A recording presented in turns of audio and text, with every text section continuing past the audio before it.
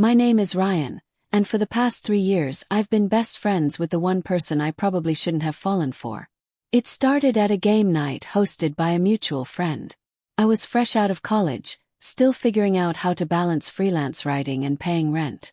Jake walked in carrying a six-pack and a crooked smile, and within 10 minutes, we were teamed up for charades, laughing like we'd known each other for years. He was easygoing, effortlessly charming, the kind of guy who made everyone feel seen.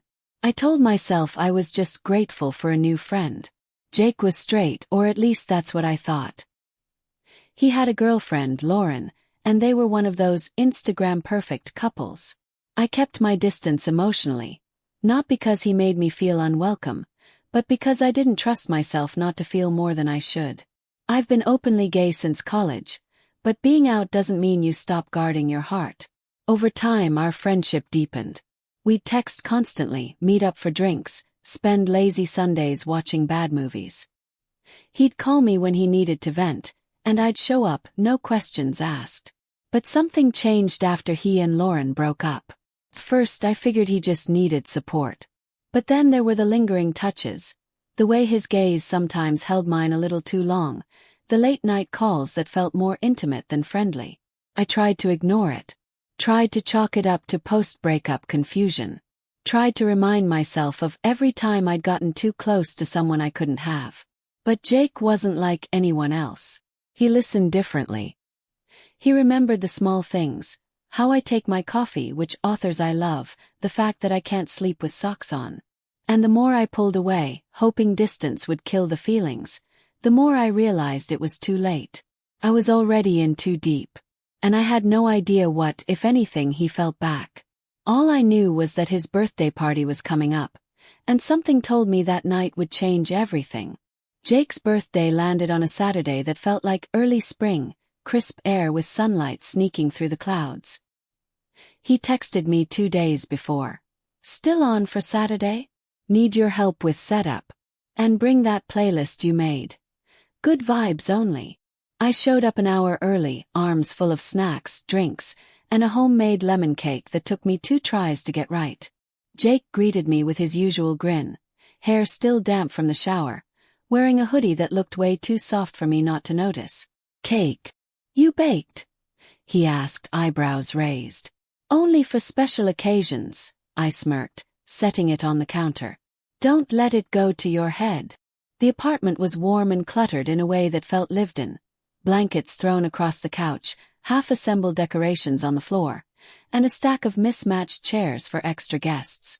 We moved around each other easily, like a well-rehearsed dance, arranging drinks, lighting candles, arguing over which Spotify playlist deserved the spotlight. "You know you're the only person I'd trust with party prep," Jake said, nudging me with his elbow as he handed me a bowl of chips. "And yet you insisted on folding every napkin into a triangle. Very on brand." He laughed, eyes crinkling at the corners. That laugh always did something to me. Made my chest tighten in ways I didn't want to admit. By 8 p.m. the place was buzzing. People from every corner of Jake's life filtered in. Co-workers, college buddies, old neighbors. I stuck mostly to the kitchen, sipping my beer and playing the role of helpful host.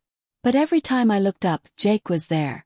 Checking in, brushing past me with a hand on my back, offering another drink with that boyish grin that was way too dangerous. Around midnight, the crowd thinned. Someone passed out on the recliner. A couple disappeared into the guest room. I was nursing my last drink when Jake plopped down next to me on the couch, a little tipsy, but still sharp. "Everyone's welcome to crash," he said, stretching his arm along the back of the couch behind me. "Including you." "Wasn't planning on Ubering home at 1 a.m., I replied. "Not unless I want to explain to a stranger why I smell like birthday cake and regret." He chuckled. "Guest beds taken. I can take the couch if you want the bedroom." "You're seriously offering me your own bed?" He looked at me, suddenly a bit softer. "Come on, Ree. We've shared a bed before. Unless you're not comfortable." Something about the way he said it, quiet, tentative, made my stomach twist. Maybe it was the alcohol, maybe the months of pretending not to care. But I heard myself say, "I'm fine if you are." Jake stood up and held out his hand. Then come on. You look like you're one deep thought away from spiraling. And just like that, I followed him down the hallway, my heart pounding louder than the music still playing in the other room, knowing something was about to shift, even if I didn't yet know how far. Jake's bedroom smelled faintly of cedarwood and fresh laundry. The lights were dim, the room minimalist but cozy, neutral tones, a few framed photos on the wall, the kind of space that felt lived in but intentional. He tossed me a pair of sweatpants and a t-shirt. Here. You'll sleep better in something less denim. I caught them with a half smile. Thanks. Bathroom's down the hall, he added, already tugging off his hoodie. I turned away a beat too late. His shirt followed, revealing a toned chest and the faintest trail of hair leading down his stomach. I swallowed hard and fled to the bathroom, mentally yelling at myself the entire way. This is not a big deal. You've shared beds before. He's your friend. Get a grip. The t-shirt he gave me smelled like him, warm and familiar. I stared at my reflection for a long moment before switching off the light and heading back. He was already under the covers, phone in hand, scrolling idly. As I slid in on the other side, we naturally left a space between us. But his presence was a weight I could feel, even in the dark. The silence stretched, not awkward, just loaded. You still awake? He asked after a while, voice low. Yeah, I whispered. He rolled onto his side to face me. Can I ask you something? Sure. He hesitated. Have you ever been attracted to a straight friend? My breath caught. I turned to face the ceiling, heart hammering. That's complicated. How so? He sighed. Because it happens. And most of the time you learn to suppress it. Because you don't want to ruin what you have.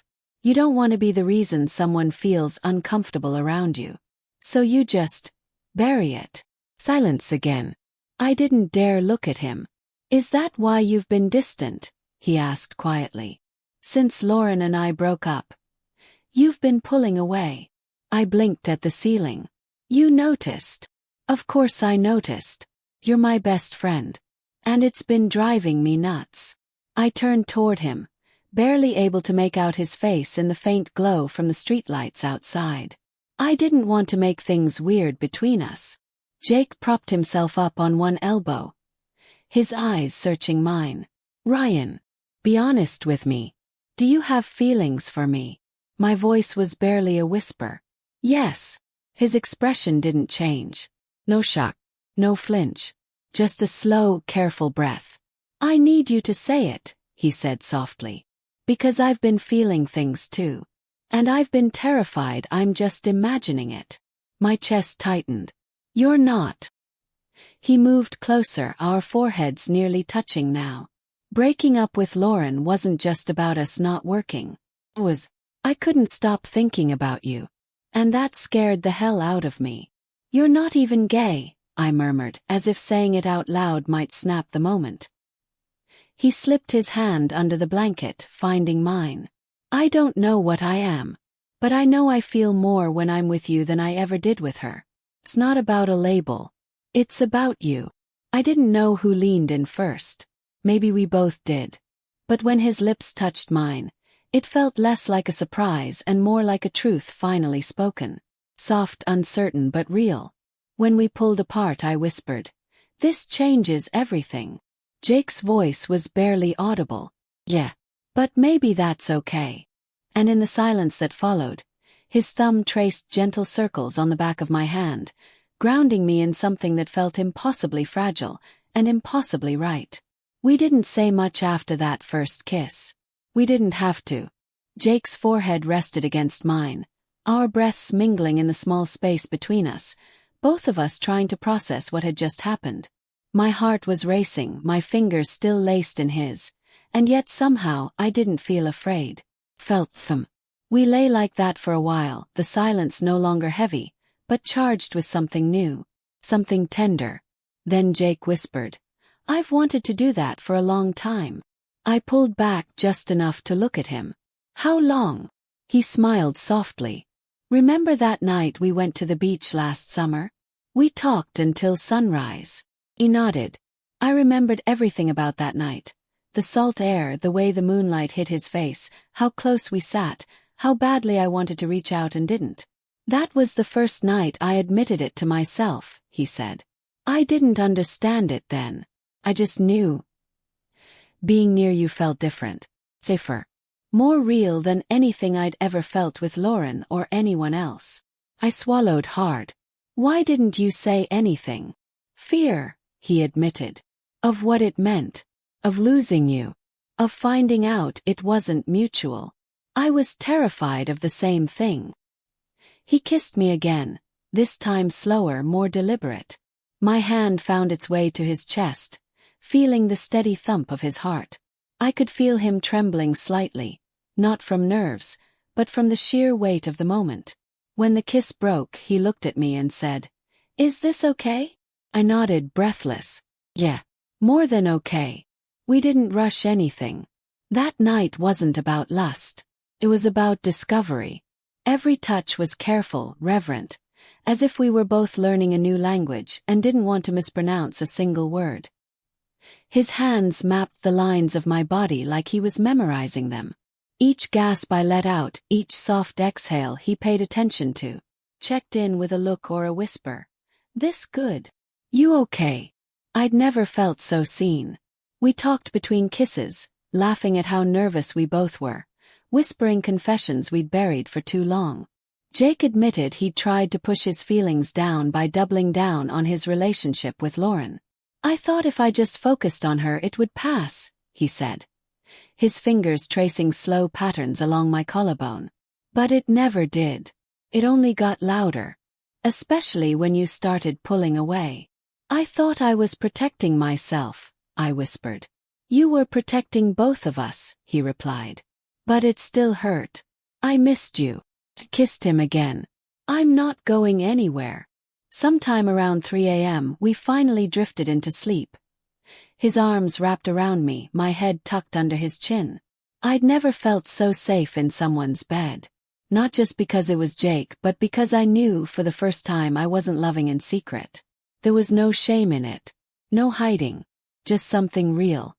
When I woke to soft morning light streaming in through the blinds, I found him already awake, watching me with a tired but contented smile. "Good morning," he said, voice gravelly. "Hey," I murmured, stretching. "No second thoughts?" I asked, not because I needed reassurance, but because part of me still couldn't believe this was real.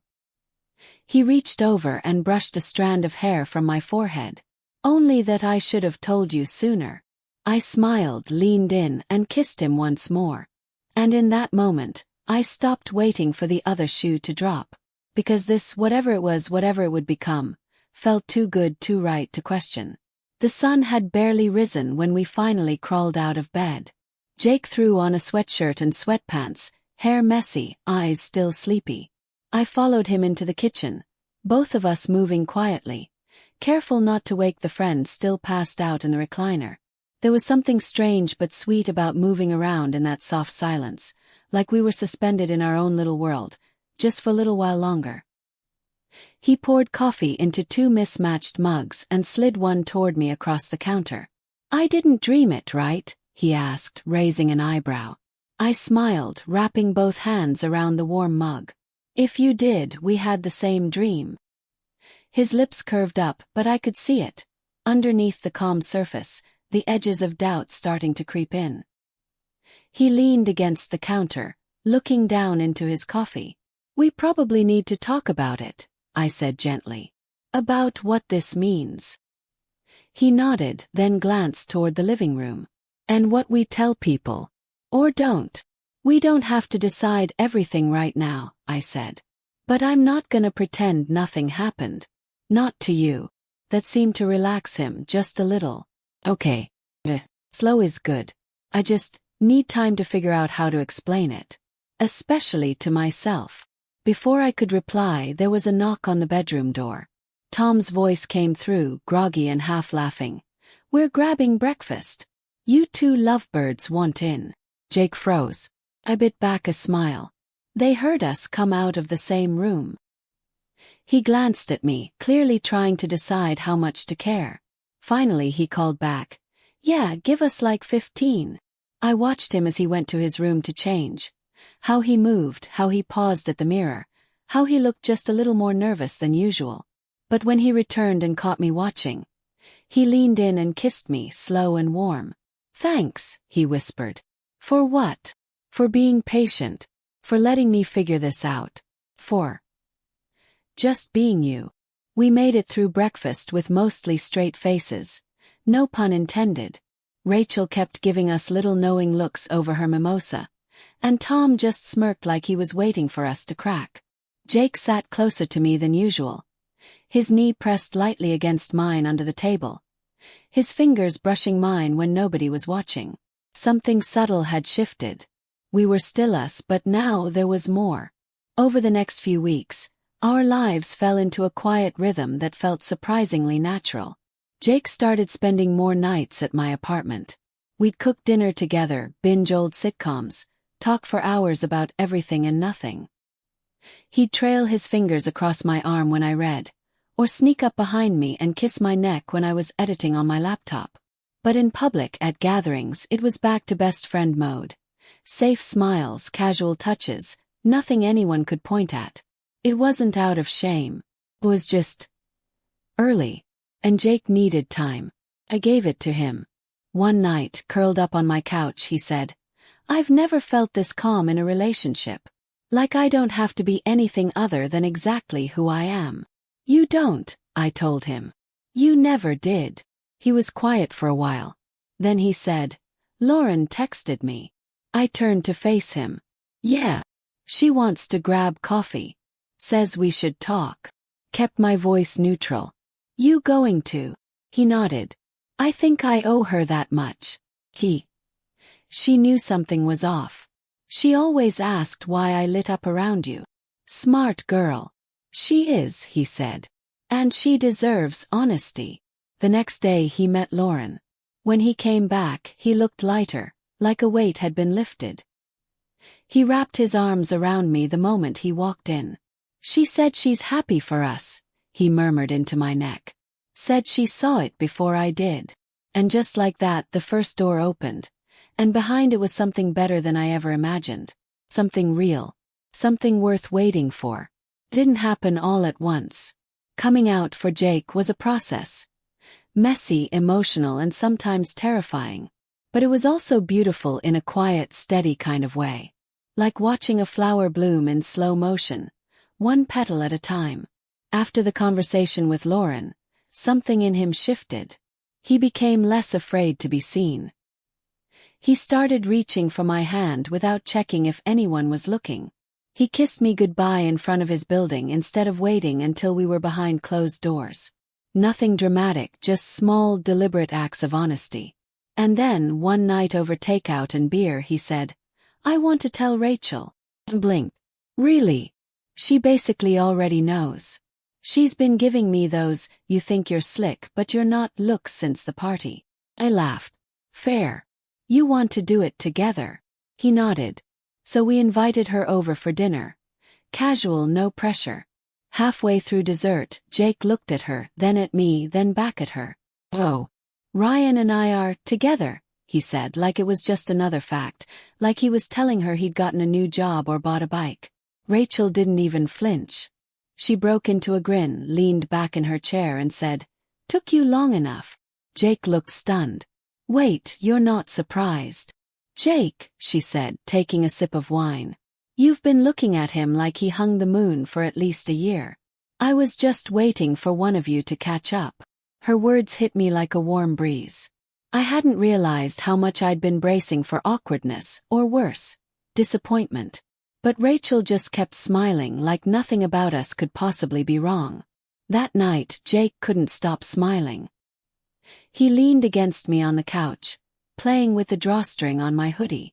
"That felt good," he whispered. "Because it was real." After that, it got easier. He told Tom and Mike next. At a group hangout, no preamble.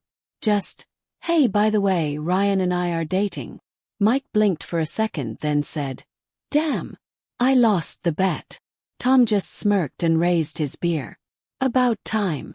But the person Jake was most nervous about wasn't a friend. It was his sister. Hannah was his rock. They grew up thick as thieves, inside jokes, shared playlists, late-night phone calls. Her opinion meant everything to him. "We should invite her over," he said one Friday. "Tell her together." So we did. Jake spent all afternoon obsessing over the lasagna. He made the sauce from scratch. He kept tasting and adjusting, checking the oven timer every 3 minutes. "She's going to love it," I said, wrapping my arms around him from behind. "She better," he muttered, grinning. When Hannah arrived, the three of us ate, laughed, and told embarrassing childhood stories. I could see Jake slowly relaxing, until dessert, when he reached for my hand under the table. "Hannah," he said, voice softer now. "There's something I want to tell you." She looked at him expectantly. "Ryan and we're together. As in dating. As in, I love him." There was a pause. Then a slow, wide smile spread across her face. "Finally," she said. Jake blinked. "Wait, what?" She laughed. "You talk about him all the time, Jake. I've known for months. The way your voice changes when you say his name. Please." He exhaled like he'd been holding his breath for a year. She stood, walked around the table, and hugged us both tightly. "I'm happy for you. Both of you," she said. "And when you're ready to tell Mom and Dad, I'll be right there with you." That night, as we lay curled up in bed, Jake buried his face into my chest. "I'm not used to this," he whispered. "Being known. And loved anyway." I kissed the top of his head. "You're doing great." And he was opening. Not all at once, but bit by bit. And every piece he gave I held with both hands. The holidays came faster than we expected. Lights went up around the city. Stores played the same 5 Christmas songs on repeat. Jake's apartment smelled like cinnamon and coffee every morning, and our nights were spent wrapped in blankets watching movies we'd already seen a dozen times. One chilly Saturday morning, Jake looked up from his bowl of cereal and said, "I want you to come with me for Christmas." I paused, spoon halfway to my mouth. "To your parents' house?" He nodded. "Yeah, not as my friend. As my boyfriend." The weight of those words hit hard. He said them casually, but his eyes, wide, a little unsure, betrayed the nervousness beneath. "Are you sure?" asked gently. "I want them to know you," he said. "The real you. The person who makes me feel safe and alive and—" He paused, running a hand through his hair. "And not pretending anymore." So we made a plan. Packed bags. Picked out a bottle of wine. Emma, his sister, was already there, texting me secretly to say she'd prepped the battlefield. I laughed, but I also felt the knot tightening in my chest. The drive was long, quiet. Jake gripped the steering wheel tighter than usual. His jaw set, occasionally glancing at me like he needed reassurance. Each time I reached over and squeezed his hand. "I've got you," I said. His parents greeted us at the door like they always had. Polite, warm, a little reserved. They'd met me before, at group things or post-hike lunches, but always as Jake's friend. I knew this time was different. After dinner, we sat in the living room, cups of coffee in hand, the fireplace crackling softly in the corner. Jake cleared his throat. "Mom, Dad," he began, voice shaking slightly. "There's something I need to tell you." They turned to him, curious. "Nate isn't just my friend. We're together. We've been dating for a while." The silence that followed felt like a vacuum. His mom set her coffee down slowly. His dad's expression didn't change. I felt my own breath catch, waiting for something, anything. His mother was the first to speak. "Are you sure about this?" Jake nodded. "I've never been more sure about anything." His father stood suddenly. My stomach dropped. But instead of anger, he walked over and pulled Jake into a tight hug. "You're my son," he said gruffly. "That's all that matters." His mother joined, tears in her eyes. Then, to my surprise, she turned and hugged me too. "Welcome to the family," she whispered. Later that night, lying in Jake's childhood bed, he curled into me like a child finally safe. "Thank you," he said softly, for being patient, for loving me, for helping me be brave. I kissed his forehead. Thank you for choosing to be seen.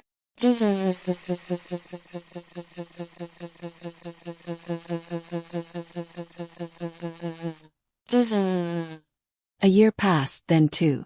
We moved in together into a small but sunlit apartment filled with mismatched mugs, half-dead plants, and love in every corner.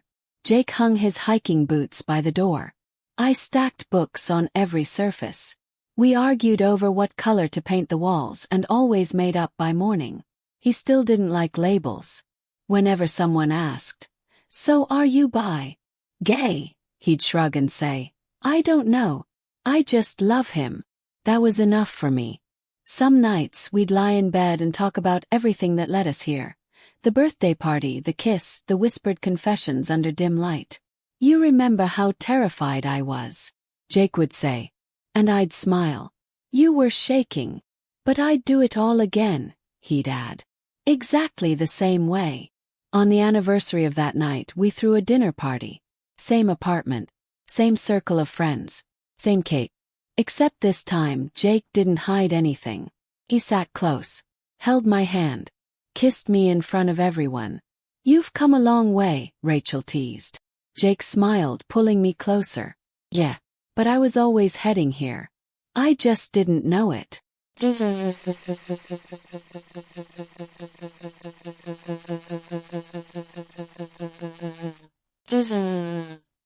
Love doesn't always announce itself with fireworks. Sometimes it starts with a friendship. A glance that lingers too long. Quiet ache you carry in silence. Sometimes it hides in late-night phone calls, or the way someone remembers your coffee order. Sometimes it's been there all along, waiting for you to stop being afraid. Jake was the unexpected. He was the risk I didn't plan for, the truth I couldn't ignore. And loving him was the most beautiful thing I've ever done.